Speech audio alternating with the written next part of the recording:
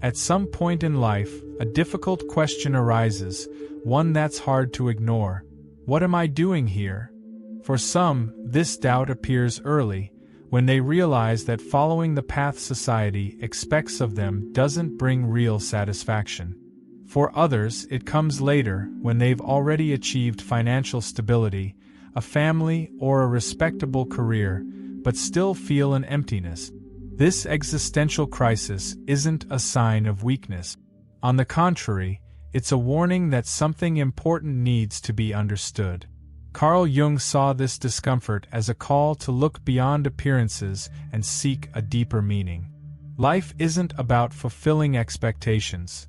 It's about discovering what truly makes sense for each individual. This feeling of dissatisfaction often arises because people live according to external standards without questioning whether those standards reflect who they really are. Society imposes rules about what it means to be successful, happy, or respected, but these definitions don't always align with what each person needs to feel complete. Jung saw this clearly. Those who don't allow themselves to understand their own essence end up living as a reflection of others. The problem is that when this superficial identity crumbles, the sense of losing direction can be overwhelming. Many try to ignore this unease by distracting themselves with excessive work, consumerism, or empty relationships, but sooner or later, the mind demands a reckoning. This reckoning happens because the psyche has a natural impulse to become more whole. There's a need to align what a person thinks they are with what truly resides within them. This process of alignment is what Jung called individuation. It's not optional for those who want a life with purpose. When someone avoids this call, life will present challenges that force them to look inward. Patterns of behavior repeat, repressed emotions emerge in unexpected ways, and uncomfortable situations arise as if they were signs. The question isn't whether this will happen, but when. And to understand how this works, it's essential to grasp what individuation really means and why it transforms the way someone lives. Individuation is the name Jung gave to the process of becoming who one truly is, without being defined solely by what others expect. Throughout life, people take on different roles: child, professional, friend, parent, and often believe they are only these things. But there's something beyond these social functions. Individuation occurs when a person can integrate all aspects of themselves, both conscious and unconscious, without denying any part of their identity. This process allows someone to live more authentically, not merely as a reflection of external expectations. Without individuation, a person risks living a fragile identity that depends on the validation of others. This explains why so many people go into crisis when they lose a job, end a relationship, or grow older, because their identity was completely tied to something external. When individuation happens, this dependency diminishes. The person begins to know themselves better, understand their own motivations, and make decisions more aligned with their true self. It's not about selfishness or isolation, but a necessary adjustment for life to have more meaning and balance. This process doesn't happen automatically, and it's often uncomfortable. It involves confronting aspects of one's personality that have been ignored or repressed for years. Many people realize they're stuck in patterns of behavior they didn't consciously choose and begin to question their own belief. These discoveries can be difficult, but they're liberating. Without this step, the person will continue repeating the same mistakes without understanding why. And to move forward, it's necessary to first understand the fundamental elements that make up the human psyche. The human mind isn't a single block. It's composed of different parts that influence thoughts, emotions, and behaviors. At the center of consciousness is the ego, which organizes experiences and constructs identity based on what the person knows about themselves. But the ego is just the surface. Beneath it lies the personal unconscious, where repressed memories, unresolved traumas, and desires the person avoids acknowledging are stored. Even deeper, there's the collective unconscious, a level shared by all humanity, where universal archetypes reside, inherited psychological patterns that influence how everyone sees the world, even without realizing it. Within this system, one of the most challenging aspects is the shadow. Everything the person rejects in themselves, anger, fear, envy, vulnerability, is stored in the shadow. The problem is that ignoring these aspects doesn't make them disappear. On the contrary, they emerge in unexpected ways, like emotional outbursts or destructive patterns that repeat without apparent explanation.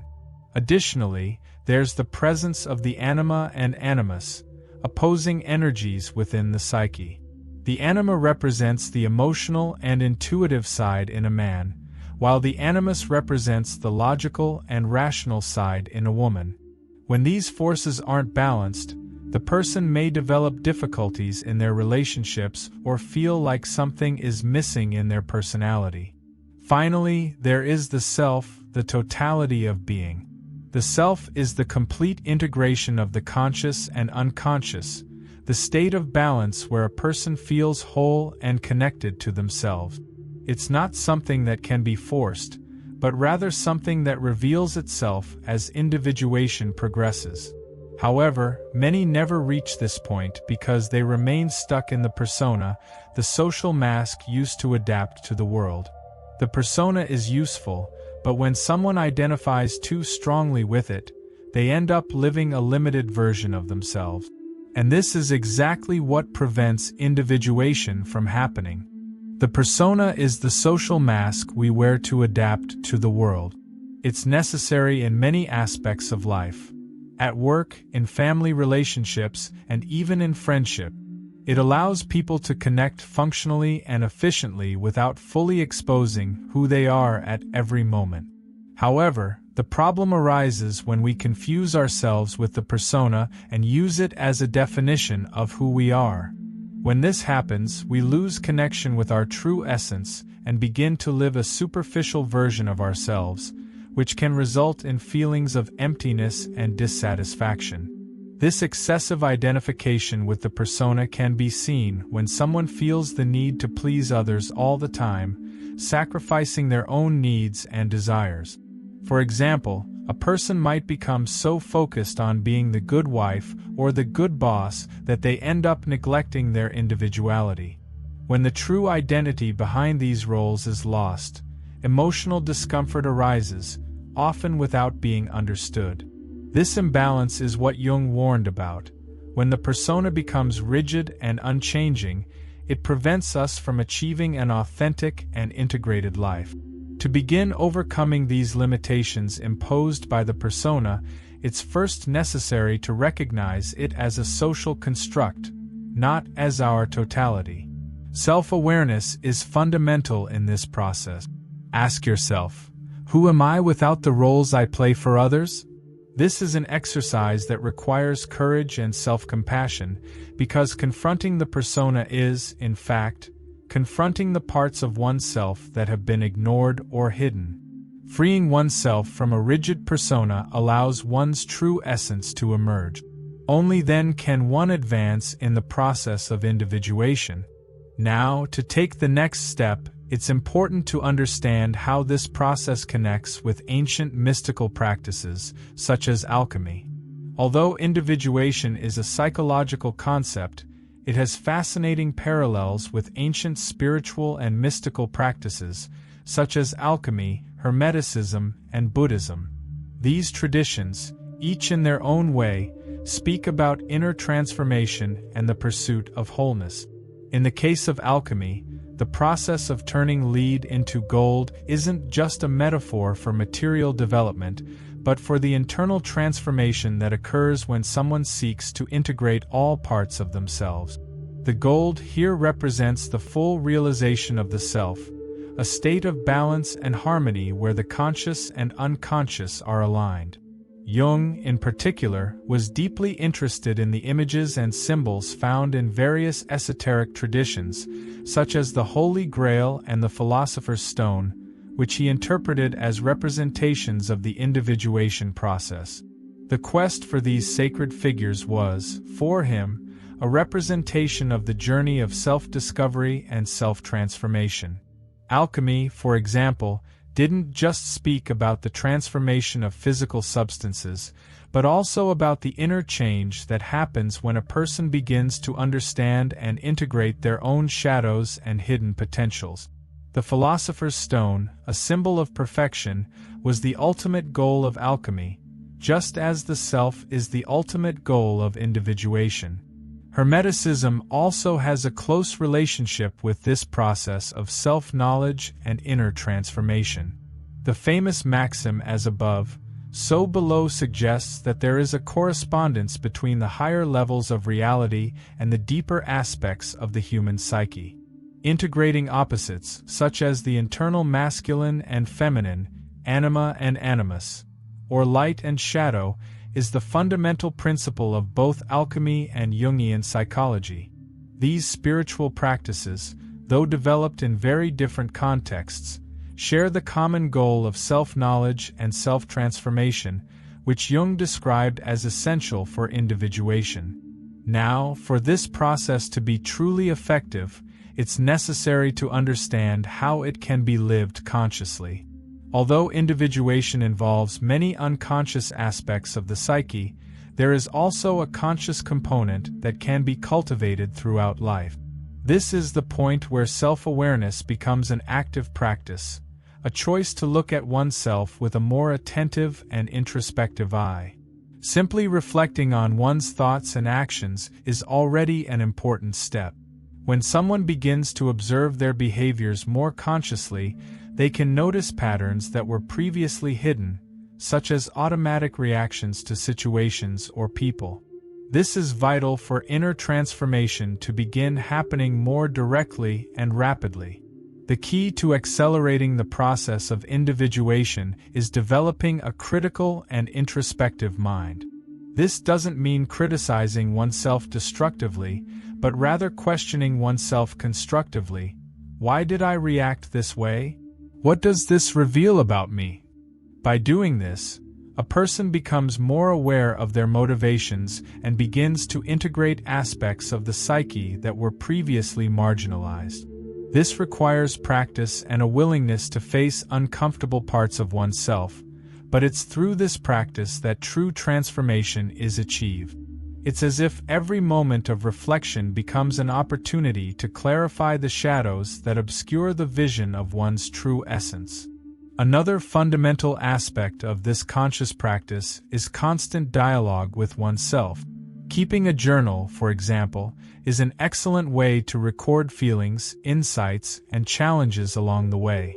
This allows a person to observe their own process of evolution more clearly. Additionally, self-analysis can help identify areas of life where the person is still stuck in superficial or limiting behaviors. Self-awareness doesn't happen passively. It requires continuous effort to question, observe, and transform. And as the person progresses on this path, they come closer and closer to the realization of the self, the ultimate goal of individuation. The shadow is one of the most challenging aspects to deal with in the process of individuation, but also one of the most essential. It includes all the aspects of the psyche that are repressed, ignored, or rejected, such as feelings of anger, envy, fear, and even personality traits we consider undesirable. The shadow isn't something we can simply erase or forget. The more we try to avoid it, the more it influences our actions and reactions unconsciously. Therefore, recognizing and integrating the shadow is crucial for true personal transformation. When we can look at these aspects without fear, we begin to understand who we truly are, without the masks and roles we've adopted. Working with the shadow requires an honest and non-judgmental look at oneself. A good starting point is self-analysis, where the person observes their behaviors and reactions throughout the day. For example, if someone feels unexpected anger in a trivial situation, it's a sign that something deeper is being triggered. Journaling, writing about your thoughts and feelings, is a technique that can be very helpful here. By writing about what happened and how you felt, it's possible to identify patterns and understand what's happening behind an impulsive reaction. This makes it possible to challenge these automatic reactions and, instead, respond with more awareness and balance. Additionally, it's important to observe behavioral patterns in relationships and interactions. If you constantly find yourself projecting your frustrations onto others or judging the actions of those around you, this may be a reflection of your own unintegrated shadow. A useful practice is to reflect on how you see others and whether this perspective says more about them or about you. This process helps you recognize your own projections, allowing you to realize which parts of yourself are being denied. When the shadow is integrated, it doesn't mean you become perfect, but rather that you become more whole, more conscious, and, most importantly, freer to live an authentic life. Within each person, regardless of gender, there are two opposing and complementary energies: the anima, the feminine principle, and the animus, the masculine principle. The anima is associated with the emotional, intuitive, and receptive aspect, while the animus is more rational, logical, and active. The key to psychological balance is integrating these two energies harmoniously, allowing each person to become more complete and better equipped to handle life's challenges in a balanced way. For Jung, these energies aren't limited to biological gender but are universal parts of the human psyche, present in everyone. When the anima or animus is disintegrated or unbalanced, it can lead to a range of difficulties. For example, a man who doesn't recognize or integrate his anima may become overly rational, distant, and unable to connect with his own emotions or with others in a genuine way. Similarly, a woman who rejects or fails to integrate her animus may feel lost or unable to act assertively in critical moments.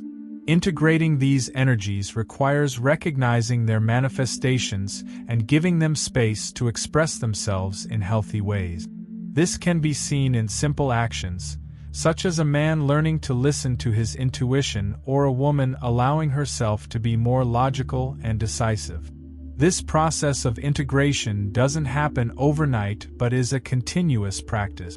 Some ways to work with these energies include meditations focused on balancing the masculine and feminine qualities within oneself, reflections on the projections we make onto others, such as seeing certain qualities in others that we'd like to develop, and, of course, internal dialogue, where you seek to understand how these energies are manifesting in your actions. The balance between anima and animus isn't something to be achieved, but something to be constantly cultivated. This balance is essential for the individual to feel more complete and in tune with all parts of their psyche. The moment the self is integrated into the psyche is the culmination of individuation. At this point, the person becomes fully aware of who they truly are, not through social expectations or the roles they play, but through a deep connection with their inner being. The self isn't an abstract concept but a tangible experience of wholeness and balance. When someone reaches this state, there's a sense of peace and harmony, as all parts of the psyche are aligned, with no separation between the conscious and unconscious. This integration results in a more authentic and fulfilling life, as the person no longer lives in a fragmented way but as a complete being. The encounter with the self can be described as a spiritual awakening, where a person realizes that all their experiences, good or bad, are part of their wholeness. This does not mean that they become perfect or free of problems, but rather that they feel more connected with themselves and the world around them. This state of self-realization is true freedom because the person no longer lives in pursuit of external approval or superficial achievements. Instead, they live according to their own values and principles, in harmony with their deepest self. To reach this point, it is essential to have faced their shadows, integrated their repressed aspects, and accepted their weaknesses and limitations. This process of self-integration does not mean that the search for self-knowledge is complete. On the contrary, the person continues to evolve and expand their understanding of themselves. However, the difference is that they are no longer lost or disconnected from their essence. The self is like a center of balance, always present but never fully accessible. And this constant pursuit of wholeness is what gives life meaning. To achieve this integration, one must continue practicing self-reflection and seeking ways to align the different aspects of the psyche. Only then can an individual continue moving toward the full realization of their potential. Individuation is a transformative process that helps you align with your true essence and live authentically. By integrating all parts of your psyche, you reach a state of balance and freedom, allowing your life to be more fulfilling and meaningful. If you want to deepen this process and unlock your hidden potential, I invite you to explore my ebook, Alchemy and Archetypes: Exploring Inner Transformation Through Jungian Psychology. Inside, you'll find practical exercises and insights to apply Jungian psychology to your daily life and foster true transformation.